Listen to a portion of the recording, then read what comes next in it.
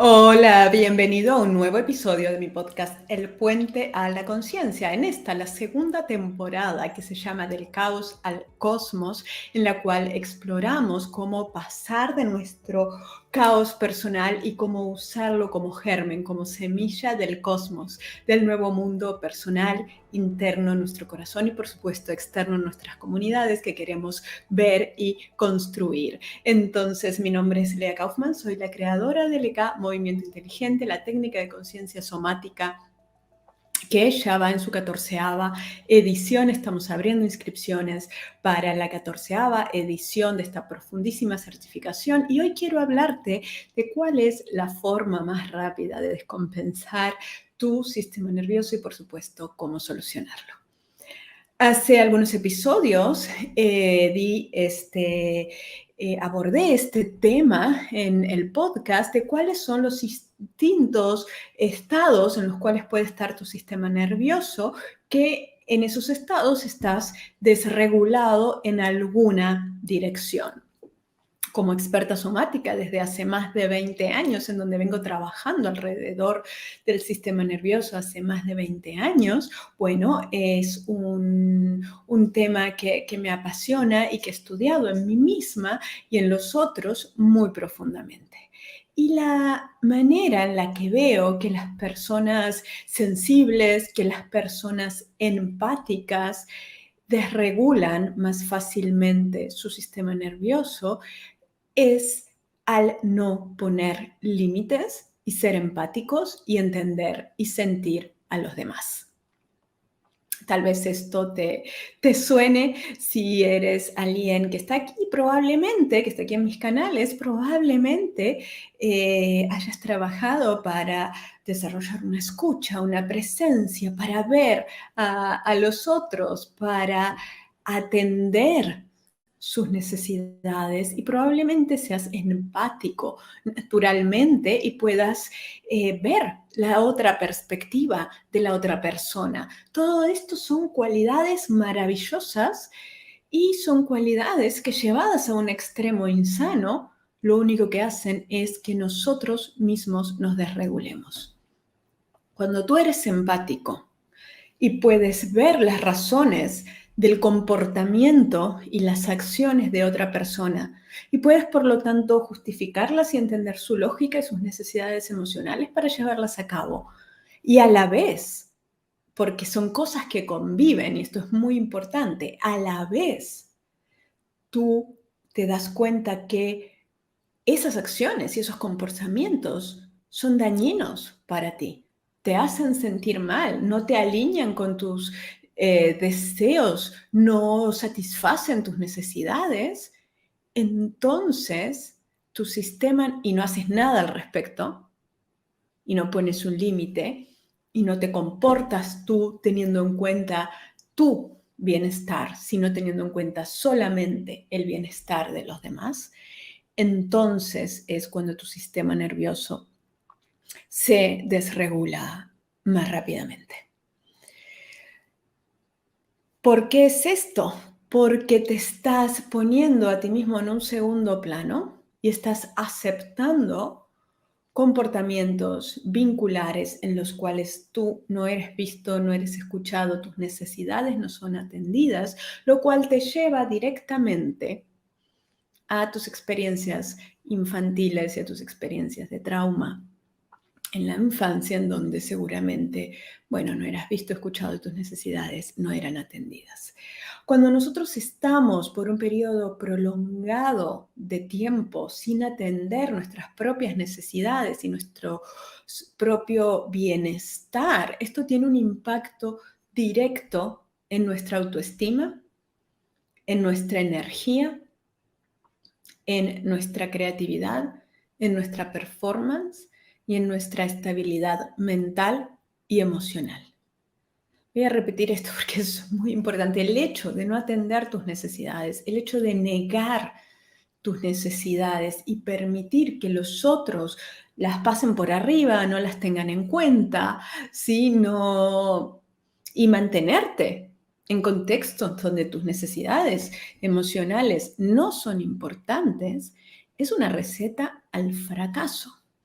Es una receta en la cual vas a retraumatizarte y es una receta en la cual esa relación que estás sosteniendo personal o laboral, más tarde o más temprano va a acabar, porque en algún momento tu bienestar emocional va a ser tan poco y tan malo que te vas a ver obligado a irte de esa situación si no has sido capaz y si la otra persona no está dispuesta a generar un cambio real. Una de las cosas que veo muchísimo con las personas que atiendo en mi mentoría uno a uno, en mi mentoría infinito, es esta poca capacidad para poner límites.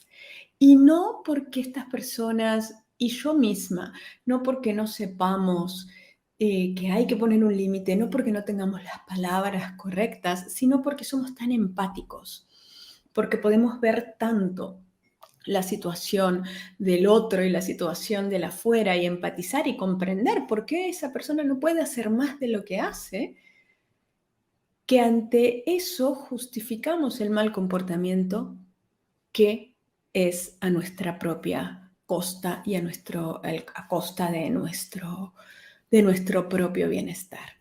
Lo primero entonces que tenemos que entender es que todos, tú incluido, tenemos necesidades y tenemos necesidades emocionales.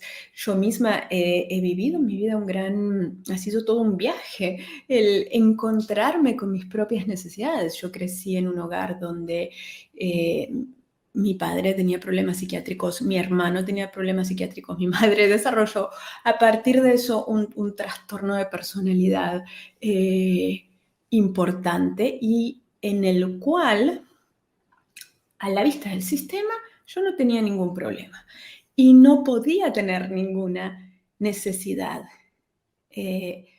ni ayuda de ningún tipo. Cuando yo me acercaba y pedía ayuda, era como, ¿por qué nos haces esto? No podemos, ya es demasiado con todo lo demás.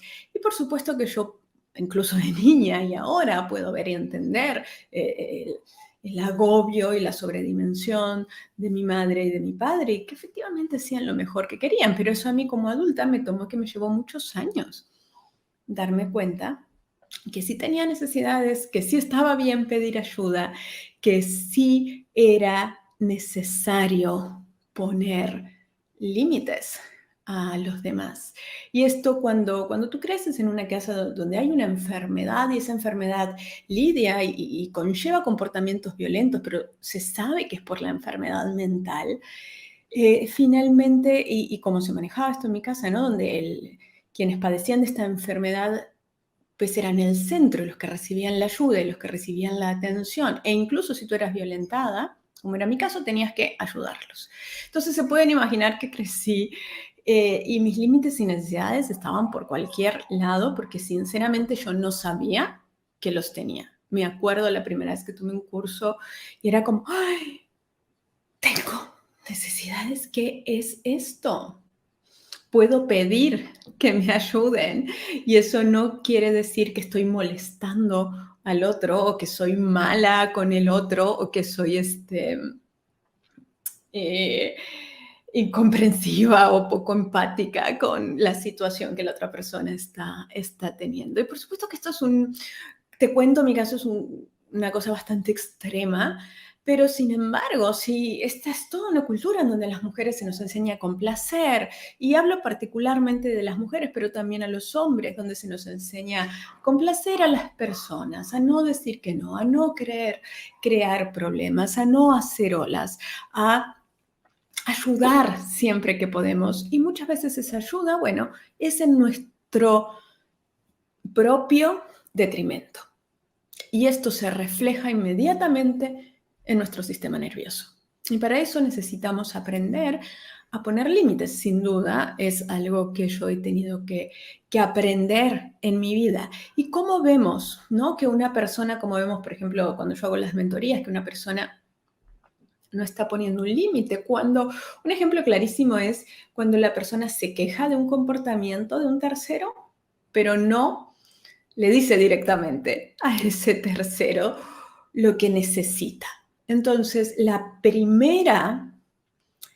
el primer paso para tener límites claros y no llegar a la desregulación de tu sistema nervioso, porque luego entonces, sabes, tenemos que hacer todo un trabajo para volver a regularnos. Bueno, de hecho yo tengo mi curso Cómo regular tu sistema nervioso, que es justamente para esto, y una de las cosas que hablamos es esta, cómo el poner límites, o mejor dicho, la falta de límites, es una gran violencia hacia nuestro sistema que ejercemos nosotros mismos. Entonces, cuando tú te encuentras reiteradamente quejándote de alguien sin haber tenido esa conversación con la persona, esta es una de las evidencias más claras de falta de límites. Para poner un límite, primero tenemos que estar conscientes de nuestras necesidades, entender que sí y que no, entender que aunque podemos hacer algo, no quiere decir que tenemos que hacerlo. Entender que en las relaciones adultas cada quien necesita hacerse cargo y ser responsable por su propio bienestar físico, mental y emocional. Y que nuestras historias pasadas o situaciones presentes no son excusa para hacer acciones que van en el detrimento del bienestar emocional de la otra persona con la cual me estoy vinculando. Entonces, lo que necesitas para poner límites es reconocer tus necesidades, primero y antes que nada, reconocer lo que está bien, lo que es sano y lo que no es sano para ti. Esto es muy importante porque muchas veces no somos capaces de darnos cuenta.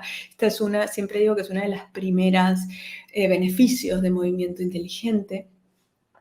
Y una vez que yo reconozco eso, ser capaz de expresar claramente mi pedido de qué quiero, qué necesito, qué puedo tolerar y qué no puedo tolerar. Con la persona que es parte de la situación.